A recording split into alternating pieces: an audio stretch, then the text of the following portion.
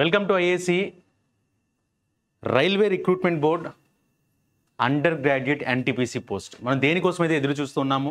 Graduate post already release చేస్తున్నారు. So ఎన్టీపీసీలో under graduate పోస్టులు around 3500 వరకు ఉన్న పోస్టులని ఈరోజు రిలీజ్ చేయడం జరిగింది. సో ఓవరాల్గా ఉన్నటువంటి ఈ నోటిఫికేషన్ సంబంధించినటువంటి పూర్తి వివరాలు, అదేవిధంగా ఈ నోటిఫికేషన్లో ఇంపార్టెంట్ డేట్స్ ఏంటి, ఇవన్నీ కూడా మనం డిస్కస్ చేసుకుందాం. సో ఇంపార్టెంట్ డేట్స్ ఏమున్నాయి, అలాగే వేకెన్సీస్ ఏంటి, ఫాలోడ్ బై జనరల్ వేకెన్సీస్ ఎన్ని ఉన్నాయి, మెడికల్ స్టాండర్డ్స్ ఏంటి, ఏజ్ లిమిట్ ఏంటి, ఎడ్యుకేషనల్ క్వాలిఫికేషన్స్, ఎగ్జామినేషన్ ఫీ, వీటికి సంబంధించినటువంటి పూర్తి సమాచారం ఈరోజు మనం డిస్కస్ చేసుకుందాం. ఇక్కడ ఏంటంటే ఇచ్చున్నారు అనేది discussion. So first of all ఇందులో క్లియర్గా మనం డేట్స్ గురించి అబ్జర్వ్ చేద్దాం. ఈ నోటిఫికేషన్ అనేది ఇంటర్మీడియట్ క్వాలిఫికేషన్తో ఈ నోటిఫికేషన్కి అప్లై చేసుకునే అవకాశం ఉంటుంది. సో ఇంటర్మీడియట్ కంప్లీట్ చేసిన వాళ్ళు అండర్ గ్రాడ్యుయేట్ పోస్ట్కి అప్లై చేసుకోవడానికి అవకాశం ఉంటుంది. ఇది ఫస్ట్ పాయింట్ మనం గుర్తుపెట్టుకుందాం, అండర్ గ్రాడ్యుయేట్ పోస్ట్.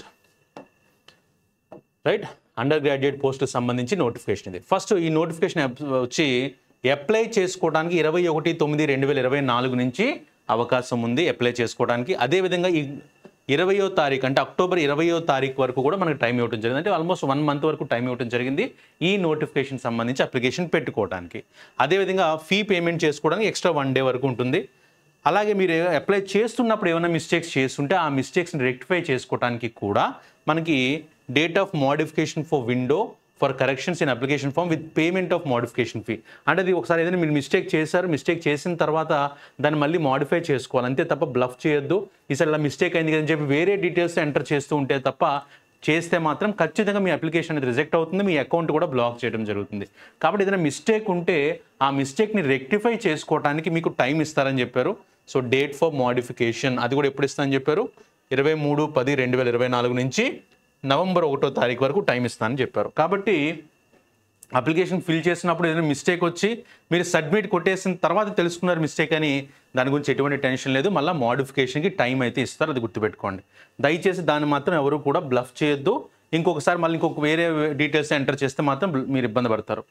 సో ఇందులో మేజర్గా మనకి ఇచ్చినటువంటి పోస్టులు గమనిస్తే 4 పోస్టుల గురించి క్లియర్గా మెన్షన్ చేశారు. ఒకటి కమర్షియల్ కమ్ టికెట్ క్లర్క్ అనే పోస్ట్ గురించి చెప్పడం జరిగింది. నెక్స్ట్ ట్రైన్స్ క్లర్క్, ఈ 2 పోస్టులు ఒక టైప్ ఆఫ్ పోస్ట్ అయితే, next accounts clerk cum typist కానీ జూనియర్ క్లర్క్ కమ్ టైపిస్ట్, ఈ 2 కూడా టైపిస్ట్ అని ఇచ్చారంటే ఖచ్చితంగా నార్మల్గా వీళ్ళు CBT1 CBT2 రాయటంతో పాటు టైపింగ్ స్కిల్ టెస్ట్ని కూడా పాస్ అవ్వాల్సి వస్తుంది. ఇది 3rd దాంట్లో ఇచ్చినది. Right, so first of all commercial cum ticket clerk, trains clerk, ఈ 2 కూడా ఇది జస్ట్ CBT1 CBT2 రాసుకుంటే చాలు, దీనికి ఎటువంటి స్కిల్ టెస్ట్ అయితే ఉండదు. సో ఈ విధంగా 4 పోస్టులకు సంబంధించి ఈ నోటిఫికేషన్ అనేది ఇవ్వడం జరిగింది. నెక్స్ట్ ఒక్కసారి దీనికి సంబంధించి డీటెయిల్స్ ఆఫ్ వేకెన్సీస్ ఒకసారి గమనిద్దాం. Undergraduates post with minimum education qualification of 12th standard +2 stage, ఓకేనా, or it's equivalent examination and age between 18 to 33 years. Age అనేది 18 నుంచి 33 years మధ్యలో ఉండాలి. అది కూడా నార్మల్గా అయితే 18 to 30 years ఇచ్చేవాళ్ళు. ఈసారి కోవిడ్ సిచ్యువేషన్ వల్ల ఒక 3 years ఎక్స్ట్రా పెంచడం జరిగింది. సో కాబట్టి with 3 years relaxation as per detailed అని ఇచ్చున్నారు. సో కాబట్టి 1వ తారీఖున మనకి క్లియర్గా మెన్షన్ చేస్తున్నాను, ఎందుకంటే నెక్స్ట్ రాబోతున్న నోటిఫికేషన్స్లో ఖచ్చితంగా కోవిడ్ సిచ్యువేషన్ వల్ల ఒక 3 years ప్రతి నోటిఫికేషన్ కూడా యాడ్ చేస్తామని చెప్పారు. దానికి తగ్గట్టుగానే ఇక్కడ యాడ్ చేయడం జరిగింది. ఇందులో మేజర్గా మనం గమనిస్తే కమర్షియల్ కమ్ టికెట్ క్లర్క్ అనే ఒక పోస్టు, దీనికి పే లెవెల్ 7, దీంట్లో పే లెవెల్ 3లోకి వస్తారు 7th పే కమిషన్ ప్రకారం. సో పే లెవెల్ 3లోకి వచ్చారంటే అరౌండ్ మన శాలరీ 40 నుంచి 45 మధ్యలో ఉండటానికి అవకాశం ఉంటుంది. 40 నుంచి 45 మధ్యలో శాలరీ ఉండడానికి అవకాశం ఉంటుంది. అదే ఈ మూడింటికి వచ్చేసరికి 35+ శాలరీ ఉండటానికి అవకాశం ఉంటుంది. రైట్, సో ఈ 3 కూడా పే లెవెల్ 2లోకి వస్తాయి, ఇది మాత్రం పే లెవెల్ 3లోకి వస్తుంది. అదేవిధంగా B2 మెడికల్ స్టాండర్డ్, వీళ్ళకేమో B2 మెడికల్ స్టాండర్డ్ ఉంటుంది, ఈ 2 C2 medical standard. Trains clerk వచ్చేసరికి A3 మెడికల్ స్టాండర్డ్ ఉంటుంది. ఏజ్ రిలాక్సేషన్ ఏజ్కి వచ్చేసరికి అందరికీ 30 years యాజ్ పర్ నార్మల్గా అయితే ఎప్పుడు కూడా 30 years ఇస్తారు, ఈసారి మాత్రం 33 years ఇచ్చారు యాజ్ పర్ కోవిడ్ సిచ్యువేషన్. అదేవిధంగా వేకెన్సీస్కి వచ్చేసరికి కమర్షియల్ కమ్ టికెట్ క్లర్క్ అంటే 2022. So normal commercial cum ticket clerk అంటేనే ఈ మామూలు ట్రైన్ మనకి కౌంటర్లో టికెట్స్ ఇస్తుంటారు కదా, ఆ పొజిషన్ చెప్పుకోవచ్చు. లేదంటే లోపల మనకి ఎంక్వైరీ రిజల్ట్ దాంట్లో ఉండటానికి కూడా ఛాన్స్ ఉంటుంది. సో కాబట్టి ఈ పోస్ట్ ఎక్కువగా ఇచ్చిన 2022 పోస్ట్. రెండోది ఇక్కడ మనం గమనించాల్సింది ఏంటంటే ఓవరాల్గా ఇవన్నీ కలుపుకొని 3445 వేకెన్సీ అన్నారు. దిస్ క్యాన్ బి టెంటేటివ్ అని కూడా ఇచ్చినారు అనమాట. కాబట్టి ఈ వేకెన్సీస్ పెరగచ్చు. ఎంత పెరగచ్చు అంటే ఆల్మోస్ట్ 3 అయినా ఆశ్చర్యపోకర్లా. ప్రతిసారి కూడా రైల్వే ఇప్పటివరకు ఇచ్చిన నోటిఫికేషన్స్ అన్నీ కూడా ఇచ్చిన నెంబర్ కంటే పెరగడానికి అవకాశం ఉన్నాయి. కాబట్టి పెంచున్నారు కాబట్టి ఖచ్చితంగా ఇది కూడా ఛాన్స్ ఉందన్నమాట. సో కాబట్టి 3445 వేకెన్సీస్, 3445 వేకెన్సీస్. సో కాబట్టి ఈ వేకెన్సీస్ పెరగడానికి కూడా అవకాశం ఉంది. కాబట్టి ఖచ్చితంగా ప్రతి ఒక్కరు ఎలిజిబిలిటీ ఉన్న ప్రతి ఒక్కరు అప్లై చేసుకోండి, ఎవరు కూడా మిస్ చేయొద్దు. అక్కడ క్లియర్గా దీని గురించి మెన్షన్ చేస్తున్నారు చూడండి. This includes the relaxation of 3 years in age beyond the prescribed age limit as a one time measure due to the COVID-19 pandemic. So COVID-19 pandemic వల్ల ఎక్స్ట్రా 3 years ఇవ్వడం జరుగుతుంది అన్నట్టుగా చెప్పారు. ఇంకొక మేజర్ పాయింట్ ఏంటంటే చాలా మందికి వచ్చే డౌట్ ఏంటంటే, సార్ నేను ఇంకా ఇంటర్మీడియట్ ఎగ్జామ్ రాశాను, ఫైన్ రిజల్ట్స్ కోసం వెయిట్ చేస్తూ ఉన్నాను, నేనేమన్నా అప్లై చేసుకోవడానికి అవకాశం ఉంటుందా? దాని గురించి చాలా క్లియర్గా చెప్పారు.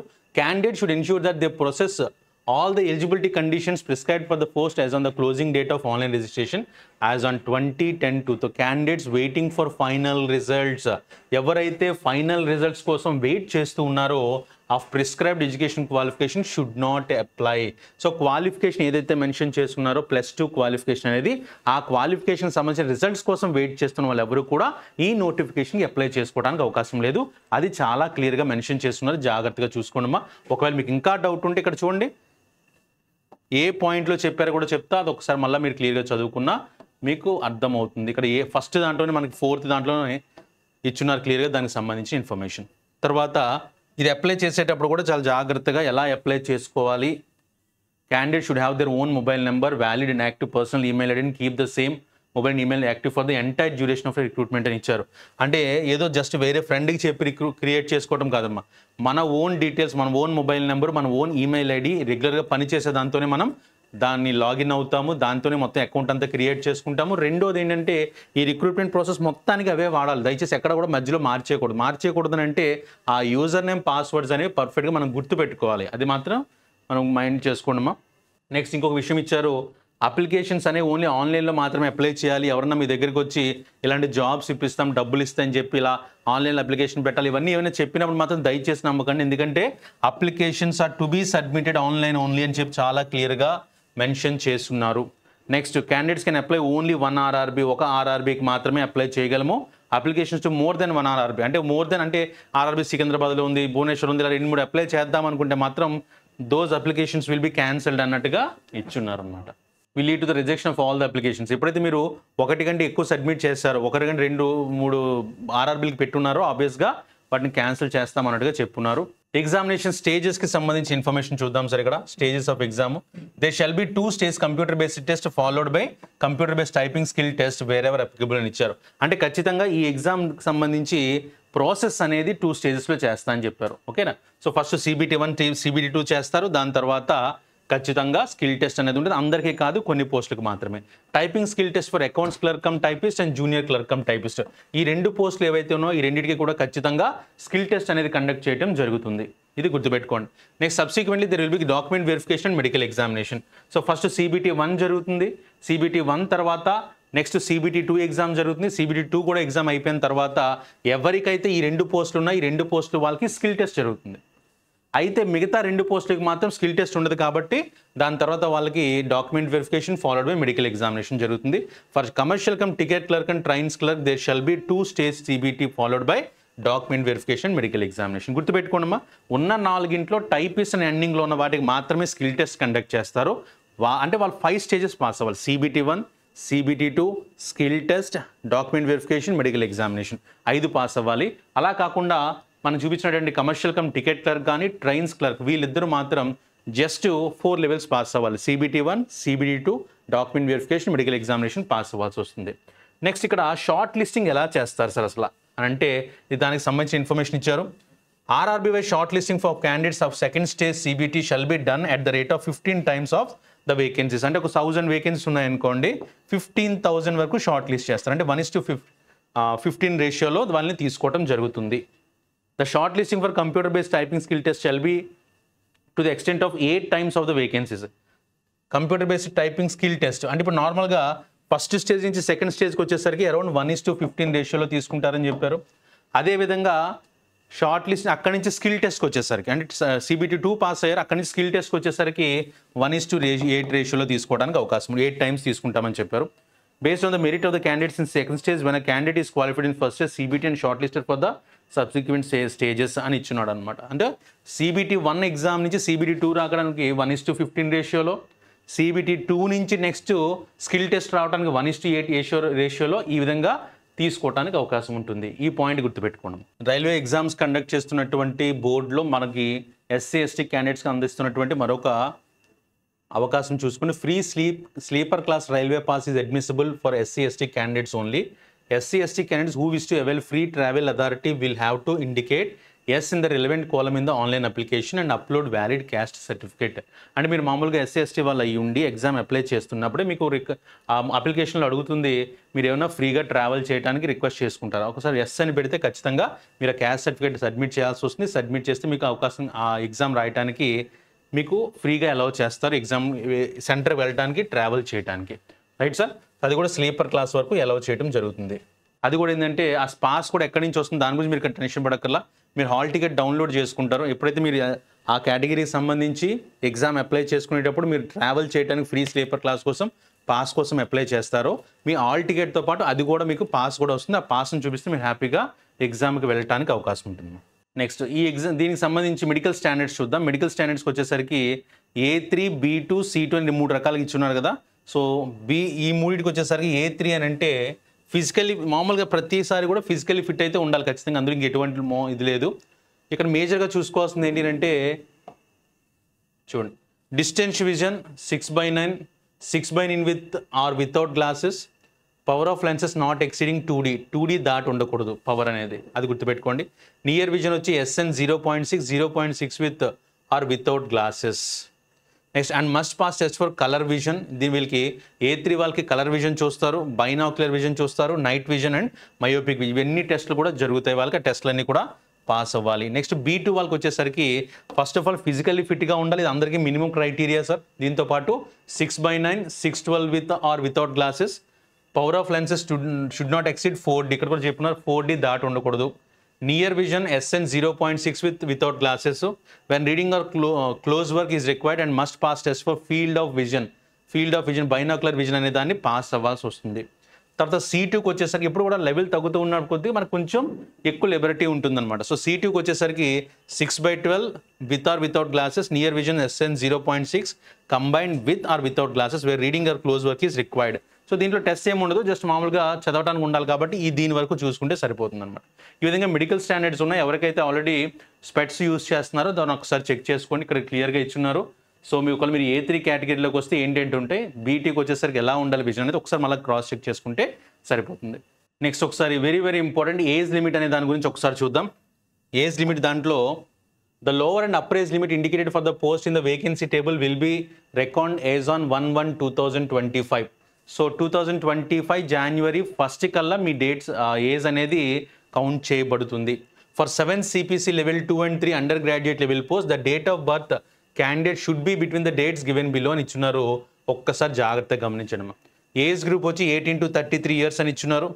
అన్రిజర్వ్డ్ కానీ ఎకనామికలీ వీకర్ సెక్షన్ కానీ, ఎకనామికలీ వీకర్ సెక్షన్ అంటే 50,000 అంతకంటే తక్కువ వార్షిక ఆదాయం ఉన్న వాళ్ళు EWS అండర్లోకి వస్తారు, వాళ్ళు అప్లై చేసుకోవడానికి అవకాశం ఉంటుంది. సో కాబట్టి అన్రిజర్వ్డ్ కానీ EWS వాళ్ళైతే 01/1992 అనేది దాని తర్వాత పుట్టి ఉండాలి.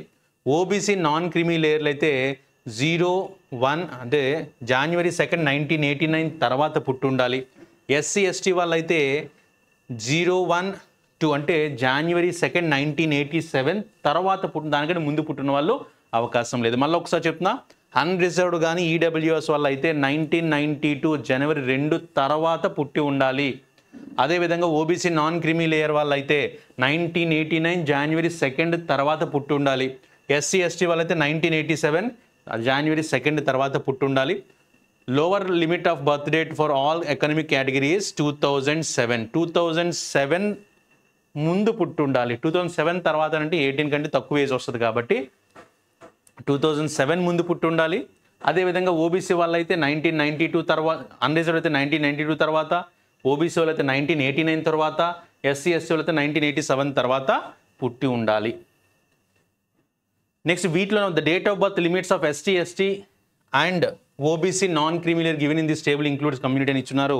ఒక్కసారి జాగ్రత్తగా గమనిస్తే ఇందులో ఓబీసీ వాళ్ళకి 3 years రిలాక్సేషన్ ఉంటుంది, ఎస్సీ ఎస్టీ వాళ్ళకి 5 years రిలాక్సేషన్, ఎక్స్ సర్వీస్మెన్ క్యాండిడేట్స్కి 3 years రిలాక్సేషన్ ఉంటుంది.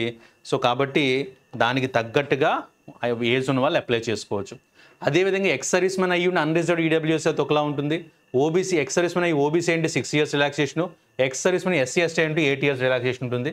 అలాగే persons with benchmark disability ఉండి అన్రిజర్వ్డ్ ఎకనామికల్ వీకర్ సెక్షన్ అయితే ఉన్న డేట్ కంటే 10 years ఎక్స్ట్రా ఇచ్చున్నారు, 10 years వరకు అవకాశం ఇచ్చారు. Persons with benchmark disability ఉండి ఓబీసీ నాన్ క్రిమినల్ అయితే 13 years, ఎస్టీ ఎస్టీ అయితే 15 years. Candidates who are serving group C and as well group D railway staff with minimum 3 years ex service, అంటే already railway employees అయి ఉంటే వాళ్ళకి 43 years ఇలా ఇక్కడ వరకు ఏజెస్ వరకు ఇచ్చున్నారు అనమాట. వాళ్ళకి 40 years ఏజ్, 43, 45 years ఏజ్ ఉన్న వాళ్ళు కూడా అప్లై చేసుకోవడానికి అవకాశం ఉంటుంది అని. Education qualifications candidate should have request minimum education qualification. ఇది ఆల్రెడీ మనం చెప్పుకున్నాం కదా, +2 అయితే ఖచ్చితంగా క్వాలిఫై ఉండాలని చెప్పుకున్నాం. దీని తర్వాత ఎగ్జామినేషన్ ఫీజుకి వచ్చేసరికి for all candidates except the fee concession categories mention below at as అని ఇచ్చున్నారు. వాళ్ళు 500 rupees, మిగతా వాళ్ళంటే జనరల్ క్యాండిడేట్స్ వీళ్ళంతా కూడా ఖచ్చితంగా 500 rupees పే చేయాలి. అయితే 500 rupees pay out of this 500 and amount of 400 shall be refunded. ఒకవేళ నువ్వు ఎగ్జామ్ రాయడానికి వెళ్తే ఫస్ట్ CBT 1 కూర్చుంటే చాలు, నువ్వు కట్టిన 500 rupeesలోంచి 400 rupees మళ్ళీ నీకు అకౌంట్లో పడతాయి. కాబట్టి ఎగ్జామ్ అప్లై చేసుకునేటప్పుడే మన అకౌంట్ డీటెయిల్స్తోనే మనం ఎంటర్ చేసుకోవాలి. మీరు నెట్ సెంటర్లోకి వెళ్ళి అప్లై చేసుకుంటే మాత్రం వాళ్ళ డీటెయిల్స్ మీకు అమౌంట్ ఆ రోజు పే చేస్తారు. కాబట్టి అమౌంట్ అనేది వాళ్ళ అకౌంట్లో పడుతుంది అనమాట. కాబట్టి జాగ్రత్త చూసుకోండి. ఎగ్జామ్ మీరే అప్లై చేసుకుంటే ఖచ్చితంగా మీరు అప్లై చేసుకునే ఇబ్బంది లేకుండా అకౌంట్లో మళ్ళీ రిఫండ్ అవ్వడానికి ఛాన్స్ ఉంటుంది. ఎవరైతే ఈ కేటగిరీలోకి వస్తారో వాళ్ళు ఖచ్చితంగా 500 పే చేస్తే అందులో 400 rupees మీరు CBT 1 ఎగ్జామ్ రాసిన తర్వాత ఇమీడియట్గా మీ అకౌంట్లో పడిపోతే వచ్చి మళ్ళీ, అంటే ఒక 100 rupees మాత్రమే వాళ్ళు ఛార్జ్ చేసినట్టు. అలా కాకుండా PWD కానివ్వండి, ఫీమేల్ కానీ, ట్రాన్స్జెండర్ కానీ, ఎక్స్ సర్వీస్మెన్ క్యాండిడేట్స్ కానీ, candidate belongs to SC ST minority communities కానీ, ఎకనామికలీ బ్యాక్వర్డ్ క్లాసెస్ వీళ్ళంతా కూడా the fee of 250 shall be refunded duly deducting bank charges as applicable and appearing from the first stage అని ఇచ్చారు. So remaining అందరికీ కూడా వాళ్ళ fee 250 ఉంటుంది, ఆ 250 కూడా రిఫండ్ అయిపోవడానికి అవకాశం ఉంటుంది. సో మోడ్స్ ఆఫ్ పేమెంట్ వచ్చేసరికి ఓన్లీ ఆన్లైన్లో మాత్రమే పే చేయాలి. కాబట్టి గుర్తుపెట్టుకోండి సార్, రిమైనింగ్ వాళ్ళు 500 పే చేస్తారు, అందులో 400 రిఫండ్ అవుతుంది. వీళ్ళు 250 పే చేస్తారు, 250 కూడా వాళ్ళకి రిఫండ్ అవడానికి అవకాశం ఉంది. కాకపోతే ఖచ్చితంగా CBT 1 అప్లై చేయాలి, ఎగ్జామ్స్ అటెంప్ట్ చేయాలి. అటెంప్ట్ చేసిన వాళ్ళకి అమౌంట్ అనేది రిఫండ్ కావడానికి అవకాశం ఉంటుంది. ఇక్కడ ఎకనామికలీ వీకర్ సెక్షన్ గురించి చాలామంది డౌట్ ఉంటుంది. ఓబీసీ వాళ్ళు ఓబీసీ అప్లై చేస్తారు. ఎకనామికలీ వీకర్ సెక్షన్ చూస్తే candidates who are not covered under the scheme of reservation for SC ST OBC NCL whose family gross annual income is less than 8 lakh rupees, అంటే annual income 8 lakhs కంటే తక్కువగా ఉండి are to be identified as the EWS as for benefit reservation of EWS. The income shall also include income from all the sources. Salary, agriculture, business, profession అన్నీ కలిపి మీకు వచ్చే income అనేది సంవత్సరానికి 8 లక్షల కంటే తక్కువగా ఉంటే అప్పుడు మీరు ఖచ్చితంగా అప్లై చేసుకోవచ్చు. అదేవిధంగా candidates whose family owns a process any of the following asset shall be excluded from the being identified EWS. అంటే ఒక EWSగా మీరు 8 lakhs కనుక పెట్టినప్పుడు మీకుండే ఆస్తి వివరాల్లో కూడా జాగ్రత్తగా గమనిస్తే 5 acres of agriculture land and above, అంటే 5 ఎకరాలు లేదా అంతకంటే ఎక్కువ ఉన్న వాళ్ళు EWSకి అప్లికబుల్ కారు. Residential flat of 1000 square feet and above, 1000 square feet అంతకంటే ఎక్కువ ఉన్న వాళ్ళు కూడా EWSకి అప్లై చేసుకోవాలి, రెసిడెన్షియల్ ఫ్లాట్ ఉన్న వాళ్ళు. అదే residential plot of 100 square yards, అంటే మామూలుగా మనకు స్థలం ఉంటుంది 100 గజాల కంటే ఎక్కువ ఉన్న వాళ్ళు కూడా ఖచ్చితంగా అప్లై చేసుకోవడానికి ఛాన్స్ లేదు. గ్రామీణ ప్రాంతాల్లో అయితే 200 square yards కంటే ఎక్కువ ఉన్న వాళ్ళు సొంత వాళ్ళ పేరు మీద ఉన్న వాళ్ళు ఖచ్చితంగా దాన్ని కూడా అప్లై చేసుకోవడానికి అవకాశం ఉండదు. సో కాబట్టి ఇక్కడ ఇచ్చినటువంటి వివరాలకు దాటి ఎవరున్నా సరే వాళ్ళు EWS అండర్లోకి రారు. సో ఎవరైతే వీటికంటే తక్కువగా ఉన్నారో వాళ్ళు హ్యాపీగా జనరల్ క్యాండిడేట్స్ అయి ఉంటే ఖచ్చితంగా EWS కేటగిరీకి అప్లై చేసుకోవచ్చు. సో EWS సర్టిఫికేట్ చేయించుకుంటారు, చేయించుకున్న తర్వాత ఎగ్జామ్లో ఆ EWS దాన్ని కూడా మీరు సబ్మిట్ చేయాల్సి వస్తుంది అనమాట. ఒకసారి రిక్రూట్మెంట్ ప్రాసెస్ గురించి అబ్జర్వ్ చేద్దాం. రిక్రూట్మెంట్ ప్రాసెస్ అసలు ఎలా జరుగుతుంది? Only single online application as to be submitted by the candidates. మళ్ళీ ఇంకొకసారి పాయింట్ క్లియర్గా చెప్పారు, ఎగ్జామ్ అప్లై చేసేటప్పుడు ఒక సింగిల్ అప్లికేషన్ మాత్రమే పెట్టాలి. ఇక్కడ ఒక అప్లికేషన్ వేరే బోర్డులో ఒక అప్లికేషన్లో పెట్టినప్పుడు ఆధార్ వెరిఫికేషన్ మీరు దొరికిపోతారు. దొరికిపోతే ఖచ్చితంగా ఓవరాల్గా మిమ్మల్ని క్యాన్సిల్ చేయడం జరుగుతుంది. సో ఇక్కడ మనకి ఇచ్చింది ఏంటంటే the recruitment process shall above first stage of computer based test, second stage of computer based test, typing skill test and document verification medical examination. Selection is made strictly as per merit ఆధారంగా మాత్రమే చేస్తారు. అదేవిధంగా ఏది ఎప్పుడు ఉంటుందని మీకు క్లియర్గా అన్నీ మెన్షన్ చేస్తామని చెప్పున్నారు. నెక్స్ట్ ఇక్కడ చూడండి, first stage of computer based examination అసలు ఏముంటుంది అంటే డ్యూరేషన్ వచ్చి 90 minutes టైం ఇస్తారు. జనరల్ అవేర్స్ నుంచి 40 questions, మ్యాథ్స్ నుంచి 30 questions and general intelligence and reasoning నుంచి 30 questions. సో ఓవరాల్గా 100 questions ఉంటాయి, 90 minutes టైం అయితే ఇస్తానని చెప్పారు. So the examination duration will be 120 minutes for eligible పీడబ్ల్యూడి క్యాండిడేట్స్ అకంప్లీట్ విత్ స్క్రైబ్తో వెళ్ళే ఫిజికల్ హ్యాండిక్యాప్డ్ స్టూడెంట్స్ ఎవరైతే ఉంటే వాళ్ళకి ఇక్కడ 90 minutes రెగ్యులర్ స్టూడెంట్స్కి అయితే వీళ్ళకి 120 minutes వరకు టైం ఇవ్వడం జరుగుతుంది. అదేవిధంగా there will be negative marking of 1/3. So 1/3 mark shall be deducted from each wrong answer ఇచ్చున్నాడు అనమాట. సో ప్రతి రాంగ్ ఆన్సర్కి కరెక్ట్ ఆన్సర్లోంచి 1/3 మార్క్ని తీస్తాము అన్నట్టు క్లియర్ చెప్పారు. దీని తర్వాత the stage 1 of screening nature and the standard of the questions for the CBT will generally conformative with the education standards prescribed in for the post. The normalized code of stage shall be used for the short listing of stage. అంటే ఇప్పుడు నార్మల్గా stage 1 రాసిన తర్వాత normalised score బట్టి ఎవరైతే qualify అవుతారో వాళ్ళని stage 2కి పిలవటం జరుగుతుంది. దీని తర్వాత స్టేజ్ 2లో ఏం జరుగుతుందో కూడా క్లియర్గా చెప్పున్నారు. అది కూడా సెకండ్ స్టేజ్ కంప్యూటర్ బేస్డ్ టెస్ట్ని ఎలా కండక్ట్ చేస్తారు అంటే total number of candidate to be short list shall be 15 times the కింద మనం చెప్పుకున్నాం. CBT 1 రాసిన తర్వాత CBT 2లో ఎంతమందిని తీసుకుంటారంటే ఉన్న వేకెన్సీస్లో 1:15 రేషియోలో ఉన్న వాళ్ళని తీసుకుంటారు. కాబట్టి అందులో వచ్చిన వాళ్ళకి CBT 2 ఎగ్జామ్ కండక్ట్ చేస్తారు. కండక్ట్ చేసేటప్పుడు అసలు ఏముంటుందో చూడండి. Exam duration in minutes 90 minutes time ఇస్తారు. ఇక్కడ దానికి దీనికి తేడా ఏముందంటే సేమ్ జనరల్ అవేర్నెస్ 40 ఉండేది 50 యాడ్ అయింది, మ్యాథమెటిక్స్ 30 ఉంటే 35 అయింది, రీజనింగ్ 30 ఉంటే 35 అయింది. అంటే ఎక్స్ట్రా ఇక్కడ మనకి ఇంకొక 20 మార్క్స్ యాడ్ అయినాయి. సో మొత్తం 120 questions ఉంటాయి, 90 minutes టైం. మన CBT 1 అనేది 100 questions ఉంటాయి, 90 minutes టైం. సో అదే డిఫరెన్స్ ఉంది CBT 1కి CBT 2కి. ఒక్కసారి జాగ్రత్తగా గమనించండి. CBT 1కి CBT 2కి వచ్చేసరికి CBT 1 మొత్తం మనకి 90 minutesలో 100 questions చేసుకోవాలి. అదే CBT 2కి వచ్చేసరికి అదే 90 minutes టైం ఉంది, కాకపోతే 120 questions. సబ్జెక్ట్స్ మాత్రం అదే ఉన్నాయేమో గుర్తుపెట్టుకోండి. కాకపోతే సబ్జెక్ట్స్లో ప్రతి దాంట్లో ఒక 10 marks 5 marks వరకు యాడ్ అవడం జరిగిందనమాట. దీని తర్వాత ఎవరైతే CBT 1 క్లియర్ CBT 2 క్లియర్ చేస్తారో ఇందులో మ్యాథమెటిక్స్ నుంచి సబ్జెక్ట్స్ మ్యాథమెటిక్స్ నుంచి క్వశ్చన్స్లో number system, decimals, fractions, LCM, HCF, ratio and proportions, percentage, mensuration, time and work, time and distance, simple and compound interest, profit and loss, elementary algebra, geometry, trigonometry, elementary statistics ఇవన్నీ కూడా మ్యాథ్స్లో అడుగుతారు. Reasoning వచ్చేసరికి analogy, completion of number and alphabetical series, coding and decoding, mathematical operations, similarities and differences, relationships, analytical reasoning, syllogism, jumbling, Venn diagrams, puzzles, data sufficiency, statement conclusion, courses of action, decision making, maps, interpretation and graphs. So ఇవన్నీ కూడా general intelligence అడగడానికి అవకాశం ఉంది రీజనింగ్లో. Next general అవేర్నెస్కి వచ్చేసరికి ఇక్కడ మొత్తం chapters అన్ని క్లియర్గా రాయటం జరిగింది. History, polity, economy, Geography, physics, chemistry, biology సంబంధించిన అన్ని క్వశ్చన్స్ ఇందులో అడగడానికి అవకాశం ఉంటుంది. నెక్స్ట్ మినిమం క్వాలిఫైయింగ్ నేచర్ వచ్చేసి ఇక్కడ 40 ఇవన్నీ పర్సెంటేజ్ ఇచ్చున్నారు. ఈ క్వాలిఫై అయినా సరే మనకి మెరిట్ రావటం అనేది చాలా చాలా ఇంపార్టెంట్. తర్వాత computer based typing skill test will be conducted after qualifying the second stage of CBT. ఎవరైతే CBT 1 CBT 2 క్లియర్ చేస్తారో వాళ్ళకి computer based typing skill test అని ఉంటుంది. అంటే మీకు సిస్టంలో టైప్ చేయమని చెప్తారు కీబోర్డ్ ఇచ్చి. సో కాబట్టి దానికి తగ్గట్టుగా మన స్పీడ్ ఉంటే చేయగలము. ఇక్కడ ఇచ్చిన చూడండి టైపింగ్ స్కిల్ టెస్ట్ ఎలా కండక్ట్ చేస్తారనేది. For the post account clerk cum typist and junior clerk cum typist typing skill test of qualifying nature. ఇది జస్ట్ క్వాలిఫైయింగ్ నేచరే తప్ప ఇందులోని స్కోర్ని తీసుకొచ్చి మీకు ఓవరాల్ స్కోర్లో కలపడు. ఈ పాయింట్ గుర్తుపెట్టుకోవడం. నెక్స్ట్ ఇది the candidate should be able to type 30 words per minute. Speed ఎంత ఉండాలి? 30 words per, అంటే ఒక నిమిషంలో కనీసం 30 words అటెంప్ట్ చేయాలి. వర్డ్స్ అంటే ఇక్కడ ఇవన్నీ వర్డ్స్ అనమాట. అంటే ఫర్, ద, పోస్ట్, అకౌంట్ ఇవన్నీ వర్డ్స్ అనమాట. అంటే ఇలాంటి వర్డ్స్ని 30 wordsని 30 minutesలో మనం టైప్ చేయగలగాలి. అదే ఇచ్చారు 30 words per minute in English are 25 words per minute Hindi on personal computer only without editing tools అని ఇచ్చారు. ఎడిటింగ్ టూల్స్ అంటే మనం ఏదైనా మిస్టేక్ రాస్తే మన బ్యాక్ స్పేస్ కొట్టి చేయడం కానీ ఏముండవు. మీరు టైపింగ్ చేసుకుంటూ వెళ్తున్నప్పుడు వాడు ఇచ్చిన డేటా అలా టైప్ చేసుకుంటూ వెళ్ళగలిగితేనే అది ఇన్ఫర్మేషన్ అనేది తీసుకుంటుంది అనమాట. ఎటువంటి ఎడిటింగ్ చేయడానికి ఛాన్స్ లేదు. సో ఫైనల్గా వచ్చేసరికి ఇక్కడ ఒక్కసారి ఎగ్జామినేషన్ సంబంధించినటువంటి దాంట్లో డాక్యుమెంట్ వెరిఫికేషన్ నెక్స్ట్ ఉంటుందమ్మా. Document verification based on the performance of candidates on the examination candidates equal to the number of vacancies will be called for document verification. అంటే ఇక్కడ ఎలా ఉంటుందంటే ఇది కూడా అయిపోయిన తర్వాత CBT 2 కూడా అయిపోయిన తర్వాత డాక్యుమెంట్ వెరిఫికేషన్ పిలిచేటప్పుడు మాత్రం నెంబర్ ఆఫ్ వేకెన్సీ అని ఉంటే దానికి తగ్గట్టుగానే డాక్యుమెంట్ వెరిఫికేషన్ పిలవడం జరుగుతుంది. నెక్స్ట్ ఒక్కసారి ఫైనల్గా చూస్తే సమ్మరీ అని చూస్తే ఇందులో మొత్తం కమర్షియల్ కమ్ టికెట్ క్లర్క్ అనేది ఒక post, accounts clerk cum typist, junior clerk cum typist, trains clerk ఈ 4 పోస్టులకి సంబంధించి ఇవ్వడం జరిగింది. ఇది 3 పే లెవెల్ 3లోకి వస్తుంది, ఈ 3 కూడా పే లెవెల్ 2లోకి వస్తాయి.